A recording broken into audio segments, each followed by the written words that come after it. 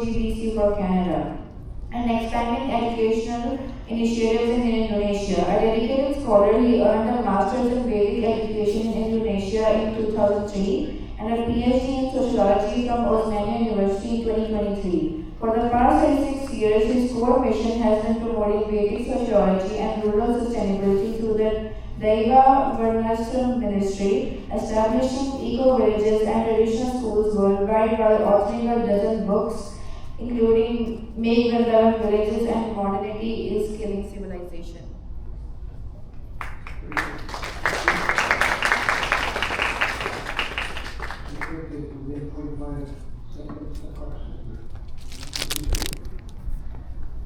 So I'd like to begin by thanking all of you for being here this evening for your weekly Sunday program. I've chosen a topic which is very much an area maybe less discussed and less known within our society, but I feel very important since our founder, Acharya, His Divine Grace, Srila Prabhupada, has explained that this particular topic remained 50% of Prabhupada's mission. So anything that is 50%, just think about your paycheck, is quite a lot if you're not having it. So 50% of Prabhupada's mission is to actually establish what is called Daiva Varnashrama mission. If we're fortunate, we'll have it on the screen. If we're not, you'll just have to very attentively hear what I have to say. So we know that as devotees, is there? Okay, good. Yeah. As the devotees of Krishna consciousness, we are followers of what is called Sanatana Dharma. Sanatana Dharma is of course well known in India and hopefully gradually being known more and more in the Western world by the mercy of Srila Prabhupada. In the Bhagavad Gita, Lord Krishna explains how when he descends in the material world, either himself directly or through his different incarnations, one of the primary purposes is to dharma samstapanarthaya sambhavami yuge yuge, to establish the principles of dharma.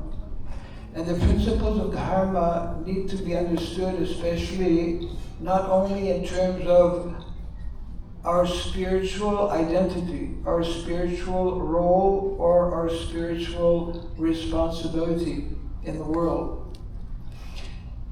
Dharma has to do simultaneously both with our spiritual identity and responsibility, as well as our material nature and what we are meant to do, how we are meant to utilize the various resources and energies that Krishna has created within this material world.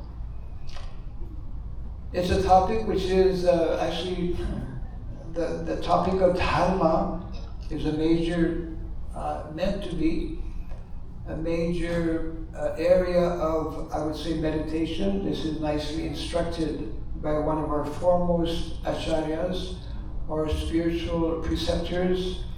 He is described as one of the 12 Mahajans, Srila Narada Muni. If you read the 7th canto of the Srimad Bhagavatam, beginning from chapter 11 to 15, those 5 chapters in detail explain the topic of Varnashrama Dharma. And there's one very nice verse, I will just quote it very briefly, that highlights the importance of dharma. So Narada Muni explains, Dharma mulam hi bhagavan sarva vedam ayo harihi smritam chata vidam rajan yena chatma prasidati. Yena chatma prasidati means in order to satisfy all of our material, emotional, social, and spiritual needs in life, we must know, we must smritam. Smritam means we must know, we must meditate upon and remember what is what makes up the concept of dharma. So he begins in this particular verse, Dharma ulam hi bhagavan, the essence of dharma is to understand, to come to realize and understand and develop our relationship with Bhagavan. Bhagavan means the Supreme Personality of Godhead. Sarva Vedamayo Harihi, all the Vedic literatures come to the same conclusion, just like in the Bhagavad Gita also. Vedayasya sarva aham eva vedyo vedantakrit vedavid eva chaham. Krishna explains that I am the object, I am the person to be known throughout all of the Vedic literatures. When we hear the term dharma, I would say especially in India, and probably gradually outside of India as well, we generally think about religious activities, religion. As a matter of fact, most people translate dharma as religion. When I first came in contact with these teachings, quite some years back, I was especially fascinated and attracted by the wonderful explanation and description given by Srila Prabhupada, who made a very clear distinction between dharma and religion, explaining that dharma is something that is eternally in relation to our nature, whereas religion is based on faith that one can change, isn't it? One can go from being a Christian to becoming a Hindu and vice versa, etc. But when we begin to understand the principles and the concept of dharma, then, as I mentioned a little earlier, this principle or this concept of sanatan means eternal, becomes very clearly established. So, dharma is not only in reference to religion or spirituality, but it is also having to do with what are meant to be our, in many ways, our lifestyle, what are meant to be our activities according to our nature. So that means that there's these two levels of dharma. I'll just bring it up here actually. This is a very nice, there it is. This is a photo of a painting from Cambodia, which is basically depicting what for devotees in Krishna consciousness is something very dear. Vrindavan. This is not Vrindavan, of course. It's a village, isn't it? The point I'm making is that when the Lord appears, especially as he did 5,000 years ago in Vrindavan, he performed his lila, his pastimes, to teach us not only about spirituality, but how we should be living materially, isn't it? The Vedic literature describes some basic, what we call Vedic sciences that help us to live, that makes up Vedic culture, Vedic society. And we find these especially more so in the small village of Vrindavan, where, as we all know, if we have read or heard about the pastimes of Lord Krishna in Vrindavan, every day Lord Krishna and Balaram and their friends, they go out with the cows, isn't it? As a matter of fact, that activity begins from a very early age, which is also described in the 10th canto of the Srimad Bhagavatam. Krishna is like about this high, means like 5 or 6 years of age. He is given the responsibility to take out the small calves.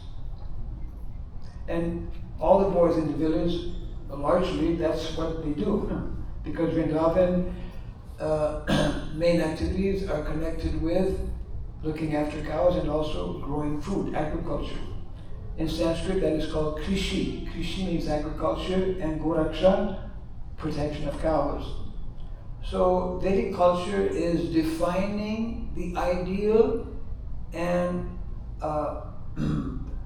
perfect understanding of economy in this very well-known verse that we find in the 18th chapter of the Bhagavad Gita. Krishi Goraksha Vanijam Vaisha Karma Swabhavajam. There are many aspects, but let's just keep to this one, because our time is short. If indeed Krishi Goraksha means agriculture, natural agriculture, and cow protection is meant to be the basis of the perfect, most ideal, most sustainable, and most scientific economy, what are we doing today in terms of activity? In other words, this is also nicely explained by Srila Prabhupada in the 7th canto. For the vast majority of householders, their main activity in terms of providing for their necessities of life, they're meant to be connected with these two aspects of Krishi and Goraksha. So of course, if I was to ask a show of hands, probably not so many will be indicating that they are having that kind of activity. The point I'm trying to make is that whether we look at economy, whether we look at education, and for that matter, whether we look at governance, how society is meant to be arranged, that information and those sciences, they are actually sciences. They're described as Chatur Vidya. Chatur means four, and Vidya, of course, means knowledge, but in this context, Chatur Vidya means four sciences. There are four specific, unchangeable sciences that are recommended and that Krishna actually lived and demonstrated, especially in Vrindavan. So the point I'm trying to make is that in the same way that, before we come in contact with this knowledge, just like it took me so many years, being from Canada, to come in contact with Bhagavad Gita, knowledge of the Bhagavad Gita, and to come in contact with knowledge about devotional service to Krishna. So, before we come in contact with this knowledge, before understanding that we are an eternal spirit soul, we engage in so many activities, many of which are sinful. Of course, we may not even know about it, but because we are going against the laws of nature, we are accumulating what is called karma, karmic reaction, isn't it? And we are unhappy because we're not engaged in what is meant to be our natural activities spiritually. So the same is there also materially. In other words, Jiver Swarup Hoy Krishna Nitadas. This is nicely defined by Lord Chaitanya Mahaprabhu. Natural activity as spirit soul is to be engaged in service to the Lord, isn't it? And until and unless the Atma, the spirit soul that we are, is engaged in that service of the Lord, we cannot actually be happy and satisfied. In a similar way, there are prescribed activities, they're called prescribed duties, that are given in the Bhagavad Gita as well as the Srimad Bhagavatam. And the point being that today in modern day civilization, we have deviated on a massive scale. I mean, the whole of Western civilization, we should, if we study properly, this knowledge given in Vedic literatures, we should understand that it's a major deviation in so many ways from what is meant to be both the spiritual activities that we should be undertaking every day as well as the material activities. So therefore, our founder, Acharya Srila Prabhupada, he wanted us to, I'll just quote one of many different statements made by Srila Prabhupada, one of them being, one of the purposes of the Krishna consciousness movement is to bring a complete overhaul within society. Overhaul society, and Prabhupada continues, and to revert, to come back to the system of Varna and Ashrama. See, these terms Varna, these terms Ashrama, these terms Brahmana, Kshatriya, within the Varnas or within the Ashrams, Brahmachari Ashram, etc., these are natural divisions, social divisions, spiritual divisions that will always be there, you see. But if we look at what has developed, maybe in the last century, especially the last 2 centuries basically, since the days of the Industrial Revolution, we have deviated in a major way. Therefore, we are living in very difficult times in the world today. You know, we are on the verge of not only economic collapse, but ecological. You know, I mean, at all levels, the whole of society is breaking up. I mean, the whole planet is on the verge of, practically speaking, exploding. As a matter of fact, it is more than ever before. With all the volcanoes and all of the earthquakes taking place, it's not coincidental. We are going against the laws of nature. And you see, the more we go against the laws of spiritual nature, and on top of that, when we go against the laws of material nature, then it makes for like a double hitter, right? we are creating very negative reactions, and in other words, we're going against the laws that are established. Dharma, one of the definitions of dharma is law, isn't it? So there's a small book I just want to introduce briefly, which is dealing with this subject matter. As a matter of fact, I am traveling to different places, and this whole presentation is actually basically in this book, and this book is also available in digital form. As a matter of fact, my secretary who is with me, you can raise your hand. His name is Jaidev, and those who are interested, you can get the digital copy of this, because we have only a few copies. This book is very important. It's presenting so many of the instructions given by Srila Prabhupada. And all of us, well, one may think, but Maharaj, we're living, you know, this is 2026 now. We're no longer, for most of us, not living in villages. We don't have cows. We don't grow our food, and we have to make the best of what we have. Some of that is true. We do have to make the best of what we have, but we should know that what we have is not the best. And it is possible, as a matter of fact, it's part of our mission. You know, there are 2 missions in life. One is individual, personal, in terms of endeavoring every day to advance in Krishna consciousness, to become purified. One very famous, well-known verse that Prabhupada would often share when he was in front of an audience like I am today, mostly from Indian background, that you've heard, I'm sure, many times. Bharata Gumite Hoila Manusya Janamazar Janma Sarthak Kori Kora Para Upakar. So, Janma Sarthak Kori, Janma means birth. We need to take advantage of this rare birth, human form of life we have received, to personally, individually advance in Krishna consciousness, number 1. That's the first mission of life. And the second mission of life is perform this para upakar. Para upakar means the highest welfare activity. Prabhupada in one lecture mentions anyone who is a social worker should adopt this particular social welfare activity because it's the most important. And that has to do with actually introducing, sharing this knowledge with as many people as possible. That's why we have temples, that's why we have books, that's why we have various activities to give an opportunity to as many people as possible. So this is very important. I'll just summarize here. Dharma, we need to meditate and understand the 2 levels or aspects of dharma. one is called Jaiva Dharma, or Bhagavad Dharma, means the Dharma of the Jiva.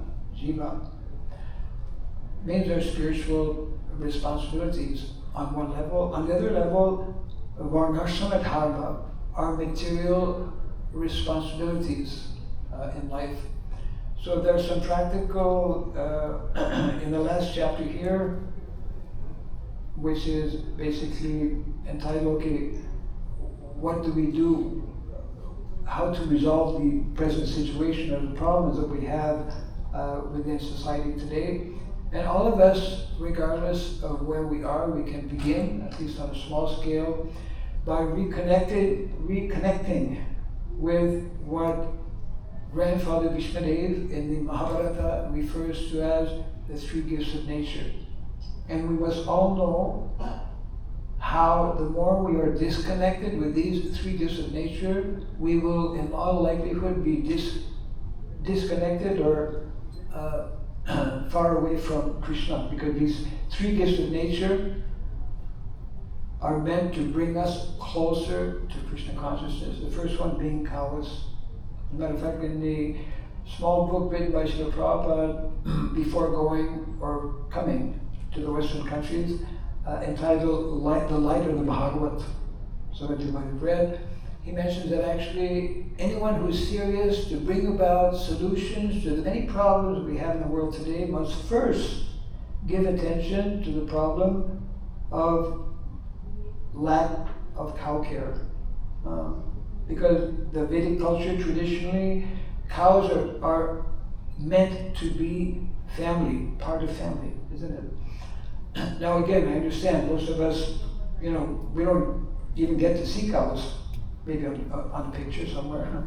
So cows, but we can become reconnected with cows. Small example, all of us as devotees, we have in our homes, small altar, we offer incense every day. So we should offer incense that actually made from natural products that are connected with cows. More and more of our devotees are having these products in India especially, and gradually in other places also. There's many practical ways in which we can reconnect with cows. That's the first. Second, reconnecting with nature, with land. So first gives of nature, cows. Second, land. All of us, we can grow something. Krishna becomes more pleased when we offer a natural, hand devotee-grown flower or devotee-grown food. As a matter of fact, it's Prabhupada explains, Krishna reciprocates 100 times more with that devotee who takes the trouble to grow maybe some flowers or some vegetable like that. It may seem like very minimal, but Krishna, as we know, if we take one step towards him, he'll take 100 steps towards us. And the third, of course, the third gift of nature is cultivation of knowledge on a daily basis. Hearing something, reading from Bhagavad Gita, Srimad Bhagavatam, as we are meant to do. Nityam Bhagavata Sevaya. Nastaprayesha Bhadrishu Nityam Bhagavata Sevaya. So, my humble request is, there's a great need, urgent need as well, for devotees around the world. I'm traveling to different countries, primarily for that purpose, to highlight the importance and to present this theme, Make Vrindavan Villages. And we'll have these books somewhere on the table. Okay, there's a table in the back there. Any devotees who's interested, you can kindly take a few minutes to look at it. And possibly we have a few pamphlets as well. We have maybe 4 minutes or so, if there's any quick comment or question on what we have presented. Hare Krishna. Now don't lift your hands all at the same time. And there's a microphone. Wow, probably. At least one question or comment, whatever. Thank you, Maharaj, for the wonderful class. Maharaj, many devotees wrongly interpret or give this argument that Cow protection is generally dharma of Vaishya or a Kshatriya to maintain the laws and all those things. And we all are Shudras. So why do we have to bother about it? Yes, good question. It is true, Kalo Shudra Sambhava, all of us are not meant, we are, in Kali Yuga we're all born as Shudras. We're probably experiencing, it doesn't mean that we should remain Shudra, right? Number one. Secondly, in the Vedic culture, it's not only Vaishyas who look after cows.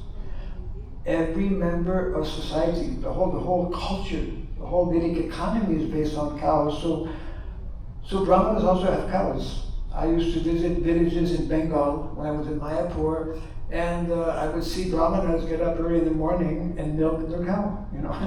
So in the Vedic culture, everyone is connected in different ways. All those, you know, the specialized service in so many ways are Vaishyas.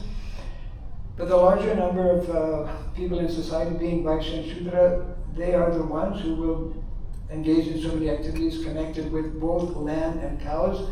But everyone, because, you know, there are not wars all the time, so Kshatriyas also have land, and they look after cows, and the Brahmanas have land because, they also have land. I mean, everyone in the Vedic culture has land, and therefore when you have land, you have cows as well.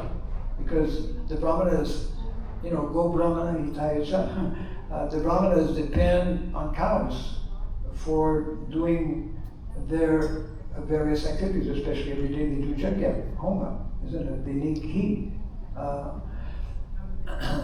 So it's not really I would say, sound argument that sometimes people do give. The whole of Vedic culture is meant to be centered on cows because the whole of Vedic economy is connected with cows and land. Yeah. And one quick question here. Hare Krishna Maharaj. Yes. I was deeply interested by the picture that you depicted from Angkor Wat. I would have loved if you would have shown us the entire presentation that you had. But I want to understand, are we, so from here we see a very agrarian economy. Yes. And should we all strive to move towards an agrarian economy from a very technocratic economy that we have at the moment? The answer is yes. And the follow-up is, what is the path towards that? Well, it all begins with chanting Hare Krishna, of course. And because the more we chant and the more we hear also from a personality like Srila Prabhupada, who is representing so many other great acharyas, we will understand that this is meant to be the norm. And if we don't do it voluntarily, Krishna is going to force us to do it. So I'm not saying that tomorrow morning everyone moves to the farm or to the country. You can wait a few weeks. Not everyone can do this immediately, but this is meant to be a long-term goal if we want to reintroduce Vedic culture, because Vedic culture, that's one of the slides I didn't show, is primarily an agrarian-based culture. We need to meditate on what that means, and regardless of where we are, we should endeavor to the best of our ability to kind of start moving a little bit in that direction. Not everyone will be able to physically do that, but we need to lay the foundation, I would say. Because until we come back to what is more normal, because what we have today is not normal, it is abnormal. Although we think it's, we take it for granted more or less. Good question. So once again, thank you very much. Everyone can repeat after me. Hare Krishna. Hare Krishna. Hare Krishna. Hare Krishna. Krishna Krishna. Krishna Krishna. Hare Hare. Hare Hare. Hare Rama. Hare Rama. Hare Rama. Hare Rama. Rama Rama. Rama Rama. Hare Hare. Hare Hare. Jai Sri Prabhupada ki Jai. Hare Krishna.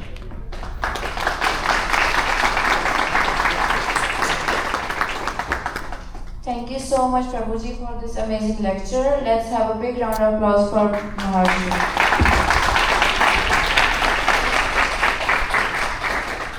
So there's a few announcements before Prasadam. IM has its own reading club, and we encourage all newcomers to read Srila Prabhupada's books at your own times, 2 to 3 pages a day. The book for this month is Beyond Birth and Death. This book is given free to all customers or newcomers. Those who are interested, please contact Nishant Prabhuji if he can raise his hand. Oh, here. So, the next thing I want to say, I need all of you to say Hari Bol, okay? So, last week, book distribution team distributed 14 books. Okay, so next Sunday, 23rd August, we have no regular Sunday Feast program because on 22nd August, we have our Mississauga Festival of Joy at JC Sedaton Park. And on Sunday, August 23rd, we will have Pavitropana Ekadashi. We request you to refrain from having grains and beans on this day. And I will be conducting the first corporate event on August 29th from 4 to 6:30 p.m. It's a paid event, and to book your seats, scan the QR code and register yourself on IM website. Also, we are very pleased to invite you to our Balram Jayanti celebration on Thursday, August 27th at the Vic Johnson Community Center, starting at 6:20 p.m. To ensure everything runs smoothly, we kindly request all volunteers to arrive by 5:45 p.m. to assist with the setup. We look forward to your presence and support in making this auspicious occasion a wonderful success for our community. Hare Krishna. Hare Krishna. Let's all have prasadam, and that's it.